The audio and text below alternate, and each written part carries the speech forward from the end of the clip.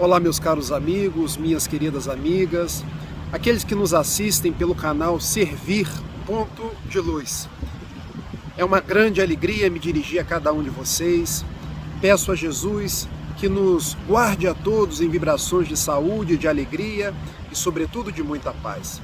Quero, numa conversa rápida, mas que possa servir de algumas reflexões para todos nós, endereçar-lhes algumas palavras de esperança, de fraternidade e, sobretudo, de conexão com o alto, porque tenho percebido que esses são dias difíceis, mas dias que demandam a nossa perseverança, nossa vontade de agir no bem e, sobretudo, nossa confiança nos benfeitores espirituais.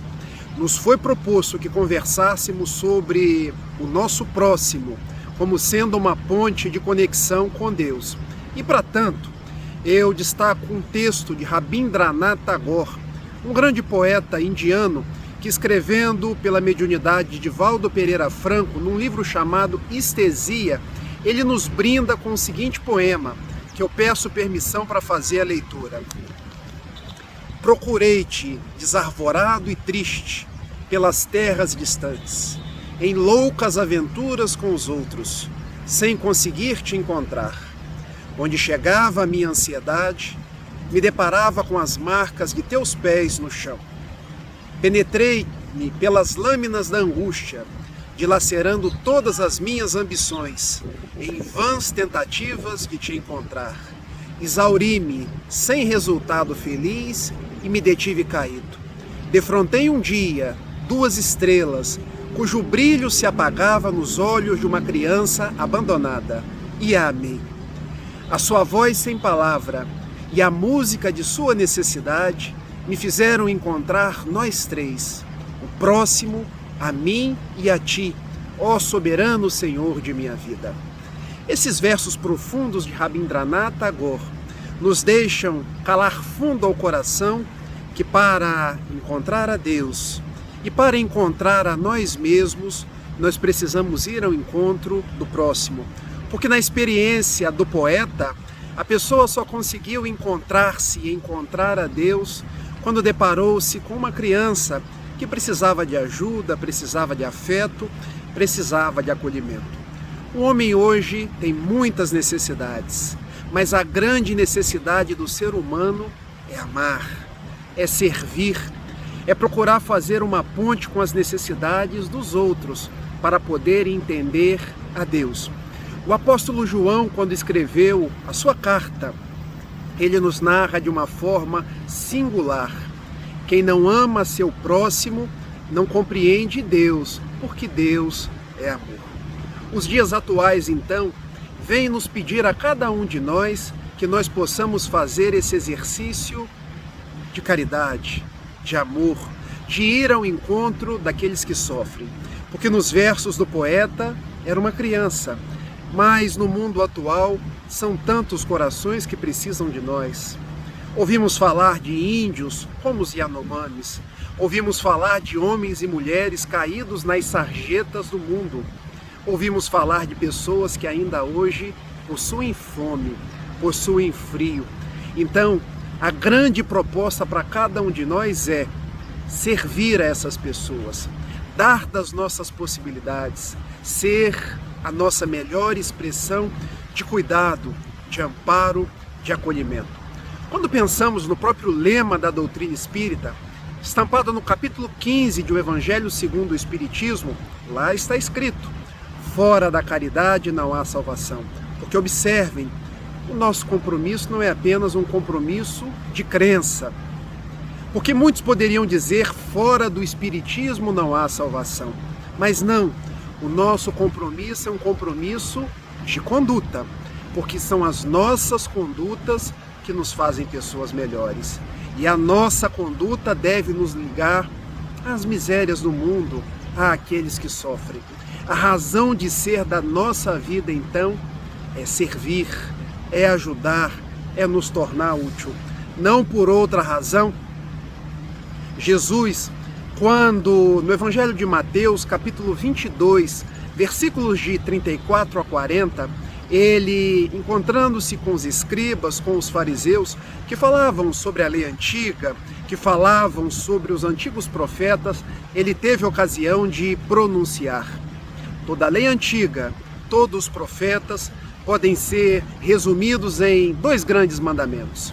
Amarás a teu Deus de todo o coração, amarás ao teu próximo como a si mesmo. Não nos esqueçamos disso, porque o mundo atual ainda é de muito egoísmo, porque se a farinha é pouca, o meu pirão primeiro.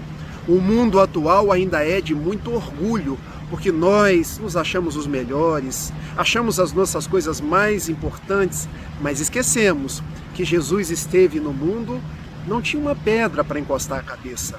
Enquanto as aves do céu tinham seus ninhos, enquanto os lobos tinham seus covis. E quando disseram para ele, Jesus, vamos dispersar a multidão, mestre, porque só temos 5 pães e 2 peixes. Ele fez o grande milagre da multiplicação, que foi uma multiplicação real, mas poderia ser uma multiplicação simbólica, porque nós estamos no mundo para multiplicar o amor, para multiplicar a nossa presença na vida das outras pessoas, porque quanto mais fazemos o bem, já dizia Francisco de Assis, é dando que se recebe. Guardemos então essa proposta no íntimo de cada um de nós, nos lembrando de pessoas que encontraram a Deus e encontraram a si próprios, ajudando outros corações. Eu me recordo aqui, enquanto gravo esse vídeo, da personalidade do doutor Eurípides Barçanufo, que enquanto esteve na terra, floriu pelos caminhos por onde transitava. E contam os seus biógrafos, particularmente, um livro, psicografado por Valdo Vieira e Francisco Cândido Xavier, da autoria de Hilário Silva, que um dia, Dr. Eurípides Barçanufo, ele sentiu-se desdobrando. Era uma espécie de sonho, de desdobramento, quando, adentrando a espiritualidade, era um lugar muito verde, tal qual esse que hoje eu estou gravando o vídeo para vocês. Vocês podem observar. E ele viu ao longe uma figura muito singular, que tinha os cabelos partidos ao meio, a Nazarena, os olhos azuis que pareciam da cor do lago de Genezaré. E ele pensou, não pode ser, é apenas um sonho. Eu não tenho a condição de me encontrar com Jesus de Nazaré. E ele foi se aproximando. Deu-se conta que era o próprio mestre. Tal não foi a sua surpresa que ele foi se colocando de joelhos, quando percebeu que Jesus estava chorando. Aproximando-se, ele disse, ó mestre, eis que eu venho ao seu encontro, eu não mereço esse tipo de distinção. Ah, Eurípides, não é um sonho, é um desdobramento. Eu quis que você viesse até mim para poder dizer-te algumas coisas. Ah, mestre, eu vejo que você choras, perguntou Eurípides. Sim, eu choro. Ao que Eurípides redarguiu, tu deves chorar por aqueles que no mundo não são cristãos, por aqueles que no mundo não têm uma crença, por aqueles que no mundo ainda não te conhecem. E Jesus respondeu a Eurípides, não, meu filho, eu não choro por aqueles que ainda não são cristãos, porque um dia haverão de me conhecer, um dia conhecerão o nosso Evangelho, um dia descobrirão o amor, mas eu choro pelos cristãos, pelos espíritas, por aqueles que já me conhecem. E então Eurípides perguntou, mas agora quem não compreende sou eu, o que se passa? É porque muitos dos que me conhecem ainda não praticam o meu Evangelho. E o meu Evangelho, tal qual estampado lá no Evangelho de João, capítulo 15, versículo 12, é que vos ameis como eu vos tenho amado. Naquele instante, doutor Eurípides desperta do seu desdobramento, acorda na sua sacramento e dedica todos os dias a servir ao seu próximo, seja na condição de um professor, na condição de um médico, na condição de um arauto da caridade. Daí, se queremos encontrar a Deus, sirvamos. Amemos tanto quanto nos seja possível. Se queremos encontrar Jesus, que está dentro de nós mesmos, que a tônica dos nossos passos seja o amor. Quanto mais o mundo nos apresenta o ódio, amemos. Quanto mais o mundo nos apresenta a guerra, amemos. Quanto mais as pessoas nos apontem os dedos em riste, sigamos em paz, fazendo o nosso melhor. E eu quero terminar esse breve vídeo, que eu encaminho de coração para cada um de vocês, com uma oração, pedindo a Jesus que abençoe a todos que seguem esse canal servir, para que a voz do cristão, a voz da bondade, a voz da harmonia seja espalhada, que nós sejamos o sal da terra, a luz do mundo, não apenas por crer, mas por praticar tudo aquilo que nós já sabemos, e que possamos encontrar Deus naqueles que nos estendem as mãos, naqueles que sofrem, naqueles que estão dentro do nosso lar, naqueles que estão em todos os lugares, porque Deus é amor, Deus está em nós, Deus está em nosso próximo.